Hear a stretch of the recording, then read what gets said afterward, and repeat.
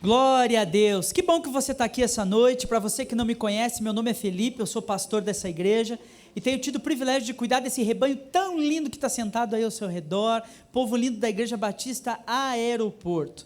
A nossa igreja está aqui nesse lugar há quase 60 anos, anunciando o Evangelho de Cristo, sendo uma luz aqui na zona leste de Londrina, e para nós é um privilégio recebê-lo essa noite, você que está aqui nos visitando, você que nos assiste pelas redes sociais, que você se sinta muito à vontade no nosso culto, e saiba que nós somos uma grande família, e que nós nos alegramos muito quando pessoas estão aqui conosco, convidados, pessoas que nós convidamos, nos abrilhantam com a sua presença. Então que Deus tenha liberdade de continuar falando ao seu coração, assim como já falou à medida daquilo que estávamos cantando, orando, adorando, agora quando nós vamos refletir na palavra do Senhor.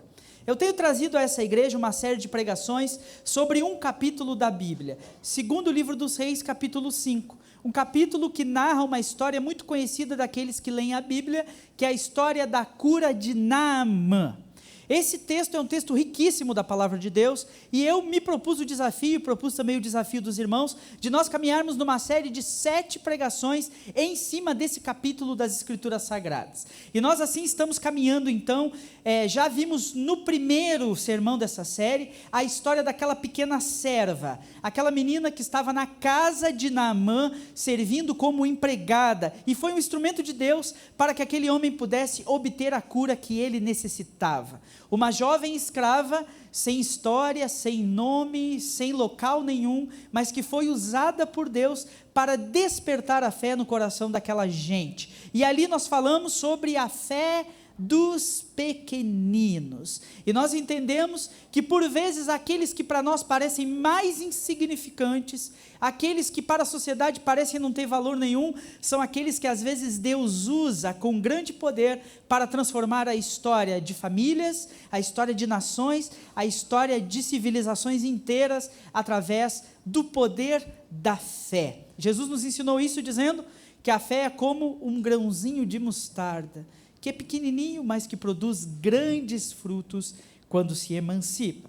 No segundo momento, falei com os irmãos sobre a história do personagem principal desse capítulo da Bíblia, que é este homem alto-oficial da Síria, chamado Naamã, um valente guerreiro, um homem poderoso, um homem com uma autoridade destacada no meio da sua nação, que por baixo de toda aquela armadura resplandecente, que por baixo de toda aquela aparente vaidade, escondia uma doença terrível. Ele era um homem leproso, uma doença de pele terrível, hanseníase profunda, uma doença em que o corpo físico ia apodrecendo aos poucos por baixo da sua armadura.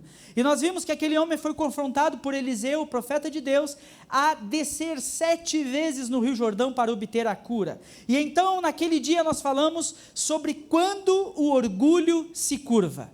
E nós vimos que por muitas vezes nós também estamos como Naamã, escondidos atrás de uma armadura resplandecente, aparentando estarmos muito bem para todos que nos veem, mas que por dentro, só nós mesmos e quem está perto de nós, sabe o que nós temos vivido. E que algumas vezes lidamos com pessoas que quando somos nós mesmos, que estamos aparentemente bem, mas apodrecidos por dentro. E o Senhor nos convida a nos despirmos das nossas vaidades, dos nossos orgulhos, e mergulharmos 7 vezes naquele rio tão medíocre, no Rio Jordão, para receber a cura do Senhor. Quando nós nos humilhamos debaixo da poderosa mão do Senhor, no tempo oportuno Ele nos exalta. É isso que a palavra nos ensina. E hoje eu quero continuar com a terceira mensagem dessa série de pregações, falando sobre poder humano e limites humanos. E nós vamos falar um pouco hoje sobre os reis mencionados nessa história e como eles se comportaram diante da situação enfrentada por Naamã. E nós vamos ver que, embora fossem homens importantes, homens poderosos em sua época, eles nada puderam fazer, porque a resposta não estava em nenhum daqueles reis, a resposta estava no Senhor. Abra sua Bíblia no segundo livro dos Reis, capítulo 5, nós vamos ler dos versos 5 a 8.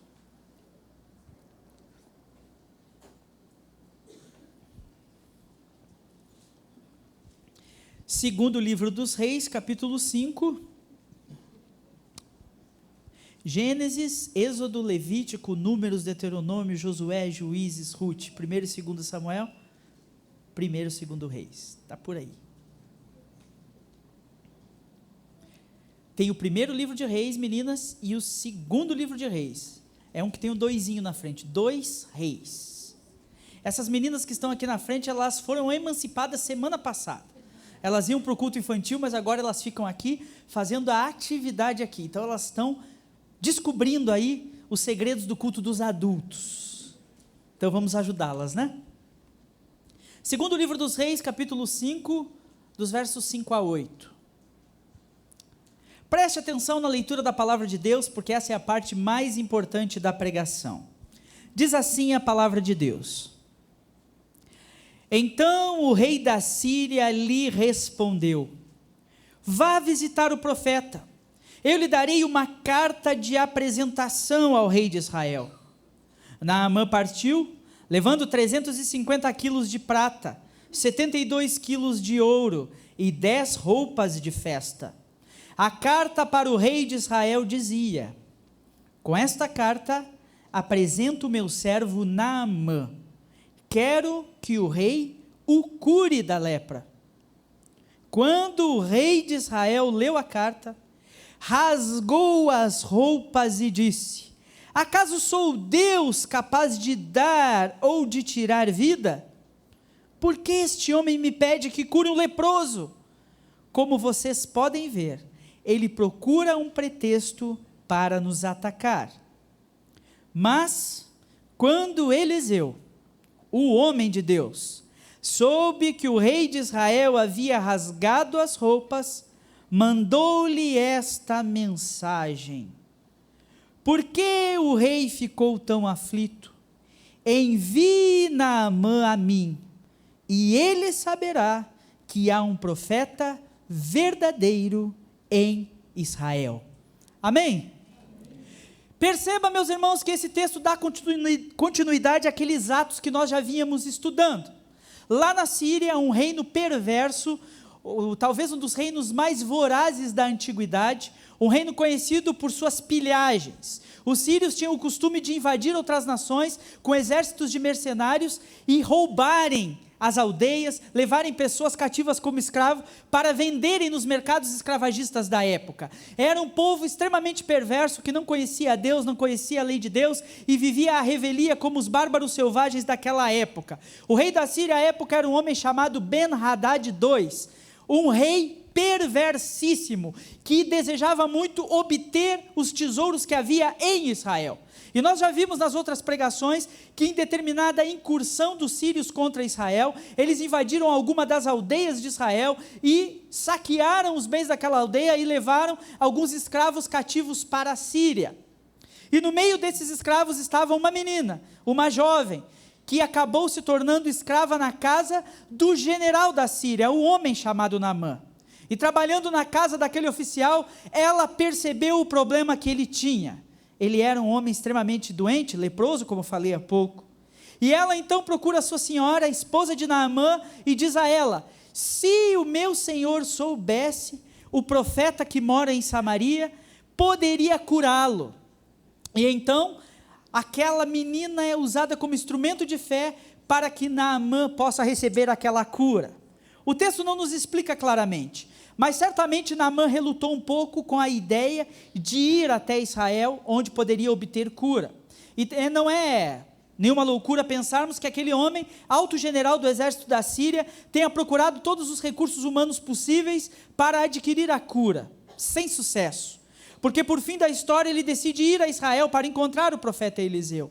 E então Naamã, o alto general da Síria, procura o seu rei, Ben-Hadad II, o rei da Síria, e comunica a ele a sua dificuldade.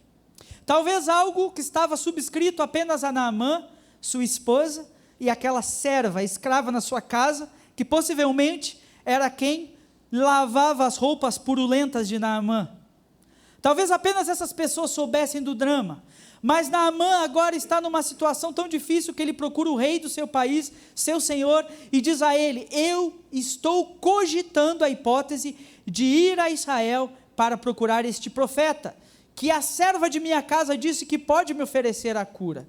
E agora então ele se coloca diante do rei, para que o rei possa ajudá-lo a obter autorização para ir até o território de Israel. A época em que rei Ben-Hadad II era rei da Síria, e Ben-Hadad II era um rei impetuoso, um homem valente, um guerreiro poderoso. O rei de Israel era um homem chamado Jorão, filho do rei Acabe de Israel. O rei Acabe talvez tenha sido um dos reis mais perversos de Israel, e Jorão era filho de Acabe com Jezabel, um cruzamento complicado. E ele também era um homem complicado. Tendo em vista a morte dos seus familiares, ele era um homem temeroso, medroso, e vivia se escondendo pelos cantos com medo que os sírios invadissem Samaria, a capital do reino do norte. E ele então, muito assustado com tudo isso, estava quase que na mão de Ben-Hadad.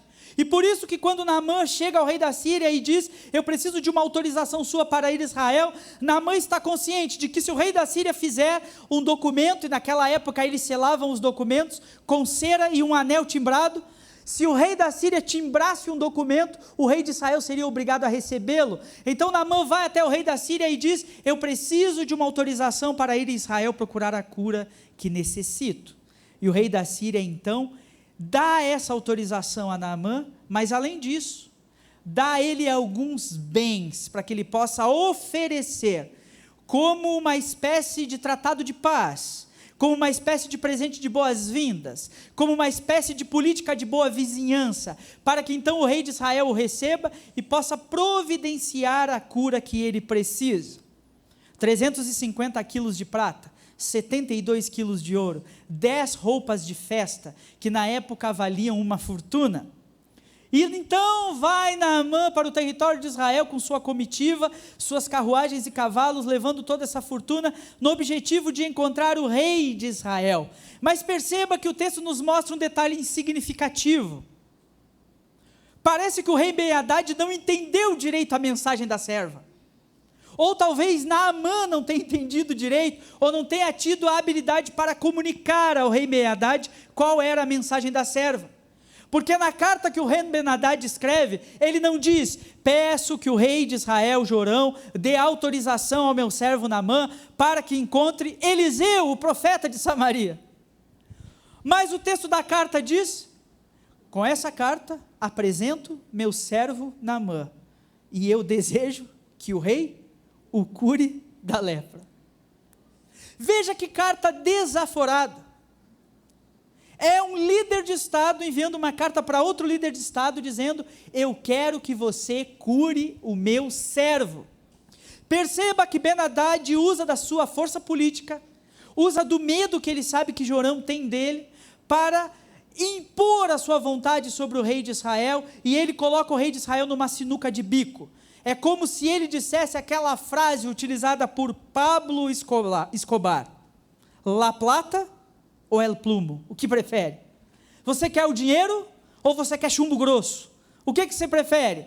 Ou você aceita as ofertas de dinheiro que eu mando a você e cura meu servo Naamã, ou o bicho vai pegar. E agora Jorão recebe essa carta e pensa, o que eu vou fazer? Os irmãos percebem a postura do rei Jorão? Quando ele recebe a carta e lê a carta, o que ele faz?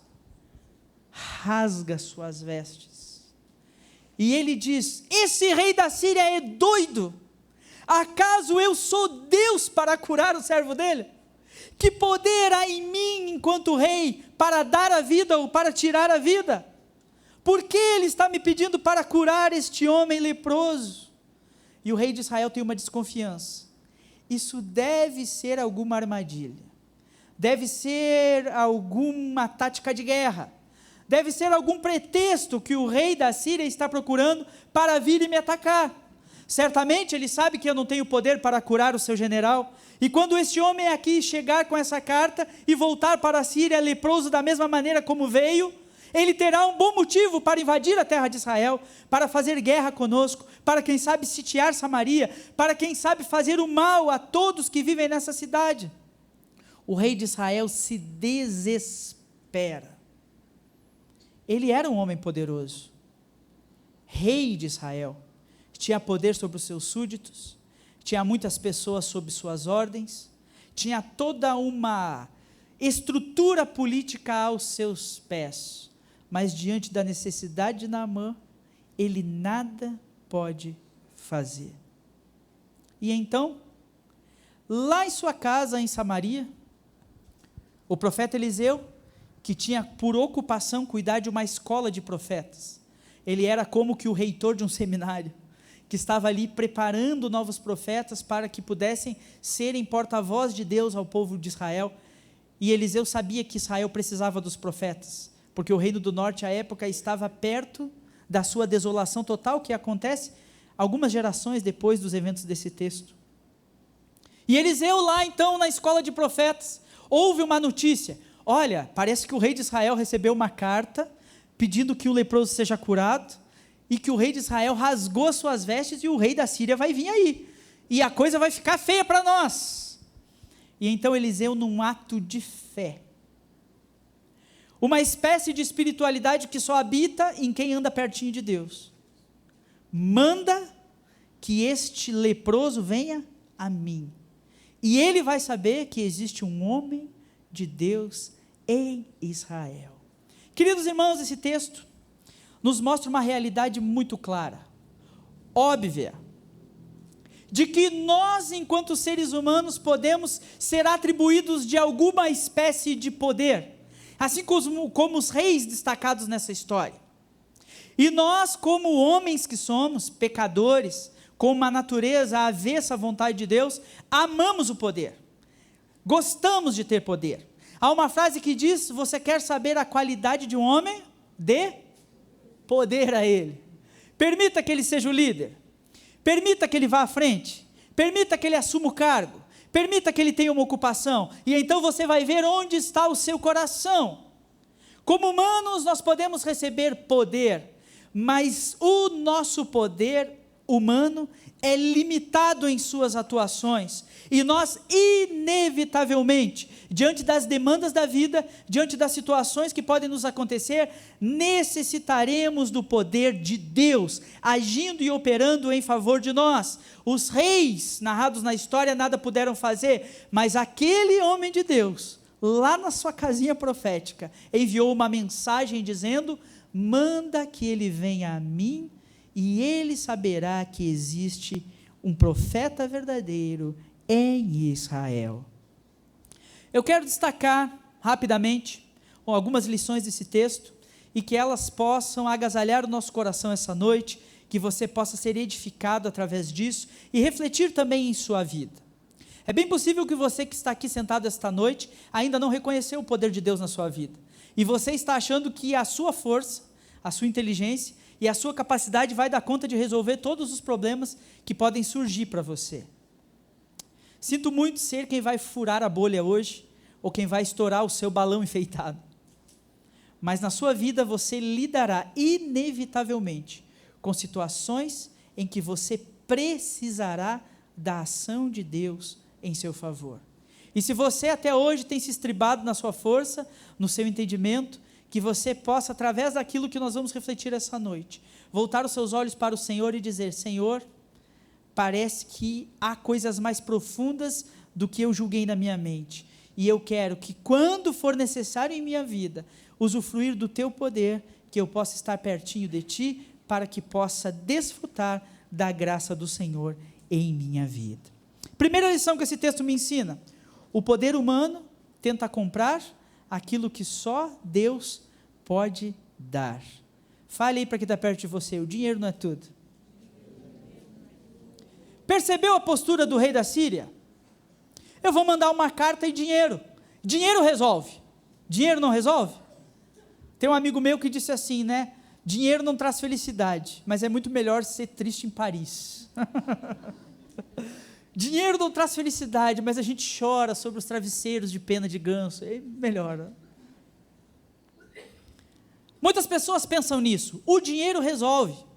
O dinheiro resolve as coisas. Se eu tenho poder aquisitivo, se eu tenho força política, então eu tenho o poder que eu necessito para resolver todas as coisas. E muitas pessoas abraçadas com isso acabam se frustrando, porque de fato, meus irmãos, o poder político e o dinheiro não podem resolver todas as coisas. O poder humano tenta comprar, mas só Deus pode dar algumas coisas na nossa vida. Quantas pessoas riquíssimas, ao contraírem uma doença, percebem que o seu dinheiro não pode nada contra aquela doença? Quantas pessoas, diante da dissolução da sua família, entendem que carro novo não vai resolver, que casa nova não vai resolver, que viagem de férias não vai resolver, que ida para o exterior não vai resolver, que é necessário algo mais profundo, mais intrínseco, mais vivo, mais ligado à alma, mais ligado a um milagre que só Deus pode dar. O dinheiro não resolve todas as coisas. Existem pessoas que pensam assim: eu quero trabalhar bastante para que um dia eu tenha bastante dinheiro e eu não preciso depender de ninguém. E as mulheres que aqui estão, me perdoem a digressão que farei agora, mas muitas mulheres do nosso tempo pensam assim: eu quero estudar, ter uma boa profissão, ganhar bastante dinheiro, porque aí eu não vou depender de nenhum. Vocês sabem, né? Eu não vou depender de homem nenhum. Homem nenhum vai mandar em mim. Alguns homens pensam assim: eu quero me formar, trabalhar num lugar bom e ganhar muito dinheiro, porque se eu tiver bastante dinheiro, nenhuma mulher vai dizer não para mim. Todas elas vão dizer sim. Todas que eu quiser eu vou conseguir, porque eu vou ter poder, dinheiro, fama. Quantas pessoas envolvidas no mundo político, e agora nós estamos embarcando nessas épocas de eleição, tantas notícias, tantas coisas, tantas situações. E quantas pessoas embarcam no mundo político, nem tanto pelo poder financeiro.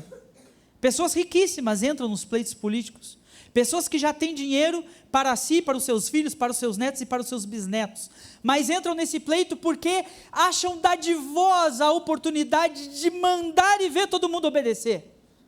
Poder ter um bando de lacaios que andam ao seu redor por onde quer que ele vai, pessoas que obedecem às suas ordens. Ele diz assim: me alcança uma água, e fulano vai lá e alcança uma água. Eu preciso ir em tal lugar, vem alguém com um carro buscar ele e levar. Eu gostaria tanto de comer uma amora, vai alguém no mercado e compra uma amora para ele. Pessoas que se locupletam com a possibilidade de ter poder. Pessoas que até se escandalizam quando chegam em algum aeroporto e as pessoas não o reconhecem. Quando chegam em uma loja para comprar algo e ninguém reconhece que ele é o senhor deputado, o senhor senador, o senhor excelentíssimo ministro do STF, o senhor presidente do não sei o quê. Pessoas que se abarcam desse tipo de poder e esperam reconhecimento, fama, achando que o dinheiro e o poder compram todas as coisas. A verdade é que a independência financeira pode trazer, de fato, uma independência maravilhosa para as mulheres, de não necessariamente dependerem dos recursos masculinos. O dinheiro pode trazer uma gama de opções muito maiores para os homens, mas o dinheiro não pode dar a você um casamento feliz. O dinheiro não pode fazer com que você tenha paz na sua vida conjugal. O dinheiro não tem poder para fazer com que você olhe no olho de alguém e possa dizer eu te amo, e ouvi-la dizer eu também te amo, e sentir que isso é verdadeiro. Porque o dinheiro não resolve todas as coisas.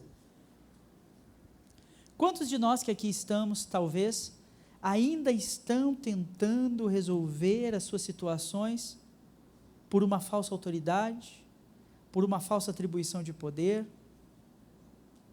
tentando usar os recursos para manipular? Talvez maridos que, quando querem manipular suas esposas, bloqueiam os cartões, seguram os recursos. Talvez esposas que querem usar o seu poder, talvez o poder da cama, e dizem assim: eu tenho um poder também que eu posso exercer sobre o meu marido, punindo, agindo com política baixa, suja dentro do matrimônio. Quantas pessoas será que talvez até estão aqui essa noite, ainda têm se estribado nos seus recursos? O poder humano tenta comprar, mas só Deus pode dar. Os irmãos que conhecem o texto, sabem que quando Naamã chega à casa de Eliseu, ele espera que Eliseu saia da casa, toque na sua lepra, invoque o nome do Senhor, e que então ele seja curado. Mas Eliseu faz o quê? Chama seu servo, avisa ele que ele tem que mergulhar 7 vezes no Rio Jordão. Naamã fica irado, porque Eliseu nem sai para recebê-lo. Naamã está como quem diz: eu sou o general da Síria, estou aqui com tanto dinheiro para lhe dar e você não quer. E Eliseu fala: não quero nada do que você tem, pode levar o seu dinheiro embora, leva isso com você. Eu não quero nada que você pode me dar, porque eu sei que o poder de Deus opera em outra atmosfera, com outras maneiras. Mas em segundo lugar, esse texto me ensina que o poder humano se desespera diante daquilo que não pode controlar. Fale aí para quem está perto de você: segura suas vestes. Segura. O que o texto quer dizer quando diz que o rei de Israel rasgou suas vestes? Exatamente isso. Ele se desesperou, ele falou: eu não tenho mais o que fazer. Quando ele rasga suas vestes, ele está dizendo, é um símbolo do Antigo Oriente de humilhação profunda, ele está dizendo: eu não tenho o que fazer, eu não tenho saída, eu estou num beco, eu agora não tenho mais como lidar com essa situação. Ele se desespera, meus irmãos, e o poder humano se desespera diante daquilo que não pode controlar. Algumas pessoas ainda têm a ideia de que podem controlar todas as coisas. Você não pode controlar nada, e algumas pessoas acabam se frustrando ao longo da vida, porque acreditam que tem um certo controle que de fato não tem, e quando esse castelo de cartas começa a cair, a pessoa começa a perceber que o poder humano tem um limite muito claro, e muitas dessas pessoas, quando percebem que não conseguem controlar as coisas, acabam se desesperando. Não é incomum, como pastor, lidar com pessoas que me contam histórias dizendo: pastor, estava tudo bem, e de repente, desmoronou. E aí você começa a aprofundar, a conversar, a fazer algumas perguntas, e você começa a ver que antes de desmoronar, já não estava tudo bem.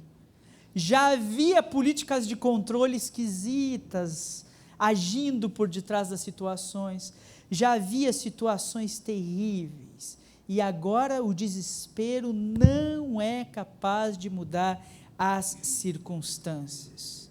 O rei da Síria, poderoso, acha que pode comprar o favor de Deus.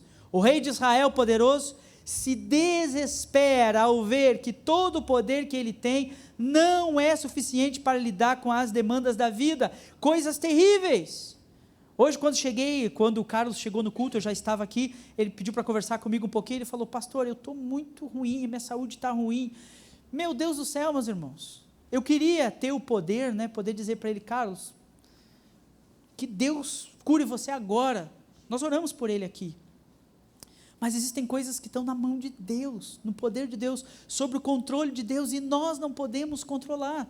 Quantos pais acreditam que podem controlar os seus filhos e acham que colocando eles para fazer um curso de inglês, para fazer judô, para fazer natação, para fazer isso e aquilo outro, vão criar homens e mulheres perfeitos que vão trazer muita alegria para o lar e que vão ser pessoas que vão ter um futuro próspero e que vão viver uma vida bela, e se esquecem de plantar sementes espirituais na vida dos seus filhos, de ensinar princípios morais. E quantas famílias têm sofrido com filhos que foram criados em berço de ouro e hoje vivem uma vida terrível, mendicante na rua? E quantos pais e mães não vêm desesperados à igreja dizendo assim: pastor, eu preciso de um milagre na vida dos meus filhos, eu não tenho como lidar com eles, eu não consigo mais controlá-los, eles estão incontroláveis, vivendo uma vida completamente avessa daquilo que nós sonhamos para eles, daquilo que nós planejamos para eles enquanto criávamos.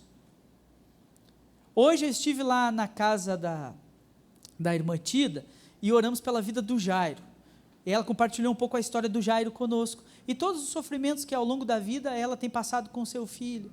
E imagine, meus irmãos, se não há fé no Senhor para fortalecer o coração, eu tenho certeza que se você perguntar para a nossa irmã, ela vai dizer: é impossível, eu não tenho controle sobre as coisas que acontecem, eu preciso confiar no Senhor. Mas quem não tem Deus, quem não conhece o Senhor, quem não conhece a sua graça, se desespera. E é aí que nós vemos esses homens que são andarilhos de rua, e algumas vezes já tive a oportunidade de conversar com alguns, e perguntar a eles: o que fez você ir para a rua?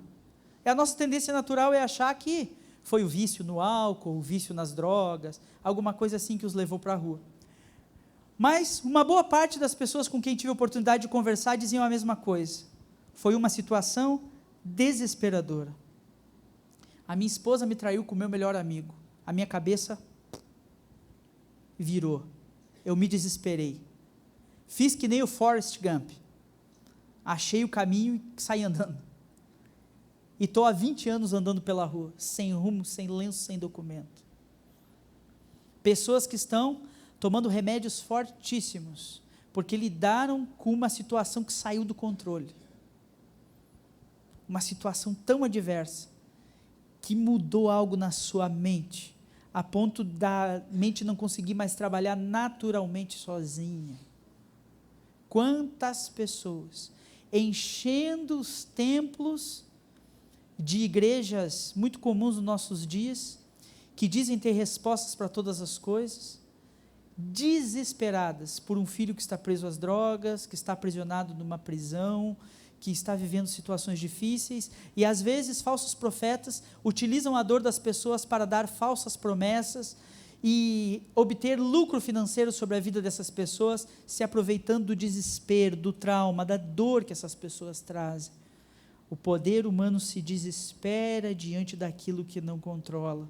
Então, entregue o controle da sua vida para Deus e permita que Ele lhe dê o caminho. Em terceiro e último lugar, aprendo com esse texto que onde o poder humano termina, o poder de Deus se revela. Amém? O poder de Deus se revela. O rei da Síria ouve a situação de Naamã. Naamã, o que eu vou te dizer? Está aqui, ó, prata, ouro, roupas de festa, autorização. Boa sorte. O rei de Israel recebe a carta, se desespera. Eu não tenho o que fazer. O que eu vou fazer? Mas lá em Samaria há um homem de Deus, que ao ouvir a notícia diz: manda este homem vir, e o poder de Deus vai operar na vida dele. O ponto de virada no texto: o milagre não vem dos tronos, o milagre vem de uma casa apertadinha de profetas, lá em Samaria. E nós sabemos que no próximo capítulo Eliseu vai dizer para a turma: ó, temos que fazer a reforma na casa, ampliar um pouquinho que está apertado. É de lá que vem a resposta do Senhor. Um homem de Deus, cheio do poder de Deus, anunciando aquele homem sírio que há cura no Deus de Israel. Nós não sabemos o nível da conexão que Eliseu tinha com o Senhor, mas uma coisa é certa: talvez no mesmo momento em que Deus deu aquela palavra àquela jovem serva lá na Síria, e que ela entregou aquela palavra de fé à sua senhora, que posteriormente entregou a Naamã, que posteriormente entregou ao rei da Síria, talvez nesse mesmo momento em que Deus deu a palavra àquela serva, Deus deu uma palavra a Eliseu dizendo: se o sírio lhe procurar, manda ele vir, porque eu vou usar a sua vida. E Eliseu se coloca como instrumento de Deus para ser usado, nem como instrumento direto, mas como instrumento indireto para a cura, porque o instrumento direto da cura foi o Rio Jordão. Eliseu nem viu, acho, o rosto de Naamã, mas ele foi o homem usado para entregar a mensagem que traria a cura. Algo muito interessante que eu gostaria de destacar nesse texto: assim como Eliseu essa noite, eu não tenho poder para curar ninguém, não tenho autoridade suficiente para lhe dar uma palavra profética nessa noite, que pode transformar as dificuldades que você está vivendo, mas eu posso fazer o mesmo que Eliseu fez no texto. Eu posso lhe entregar uma mensagem sobre um Deus que é poderoso para curar, e se você ouvir a voz desse Deus, e fizer aquilo que Ele deseja da sua vida, você pode ter certeza de que nas noites mais escuras da sua alma, você não estará sozinho, porque haverá um Deus que estará ao seu lado, para segurar em sua mão, e manter você de pé, no meio das suas lutas. O poder humano termina, mas o poder de Deus se revela. Talvez essa noite, ouvindo essa pregação, você foi desafiado por Deus a talvez convidar o Senhor a fazer mais parte da sua vida. Talvez você fez uma leitura aí da sua vida, do que você tem feito, vivido com o Senhor, e Deus está lhe pedindo essa noite para você entregar-se por completo a Ele. Eu fiz isso no dia 3 de abril de 2005, o dia do meu encontro com Cristo. Eu entrei na igreja após um convite de um colega, sem saber o que podia acontecer aquela noite. E veio uma mensagem da parte de Deus que calou profundamente ao meu coração. E eu entendi que eu não era um bom motorista para o carro da minha vida. Que dirigindo o carro da minha vida eu me perdia toda hora. E naquela noite eu fui desafiado a entregar a direção a Jesus. Pular para o banco do carona, dizer: Jesus, dirija agora, que o Senhor que sabe o caminho. E a partir daquele dia a minha vida foi sendo transformada pela graça de Deus.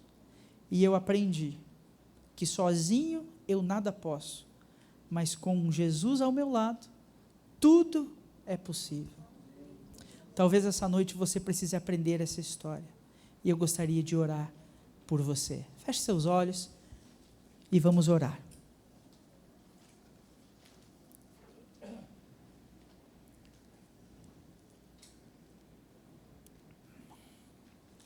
Senhor Deus, a Tua palavra vem aos nossos corações esta noite. Palavra profunda, palavra abençoadora, palavra que nos motiva a crer.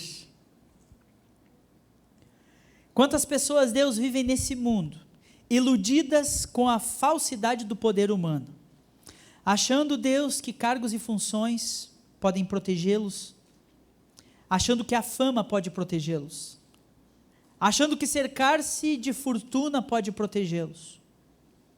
Mas quantas dessas pessoas têm sido atingidas por um desespero terrível, por um buraco na alma, quando percebem que tudo aquilo que elas têm ao redor de si não são suficientes para resolver as crises que enfrentam.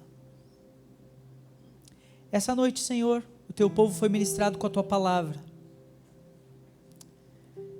e nós precisamos, Deus, entender que a resposta não vem do trono da Síria, nem do trono de Israel. A resposta vem da casa dos profetas em Samaria, que não é o dinheiro, não é o poder que nos livra, não é rasgar as nossas vestes e nos desesperarmos, mas o que traz a cura e a vitória em nossas vidas é ouvir a Tua palavra e obedecer.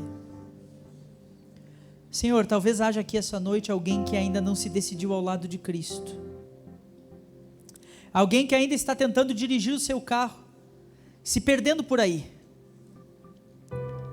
Senhor, que hoje a Tua palavra cale fundo ao coração dessas pessoas, e que elas sentem no banco do carona, e permitam que o Senhor dirija suas vidas, que elas entreguem o controle da sua história ao Senhor, e que se tem vivido dias difíceis, que elas estejam nos braços de Jesus.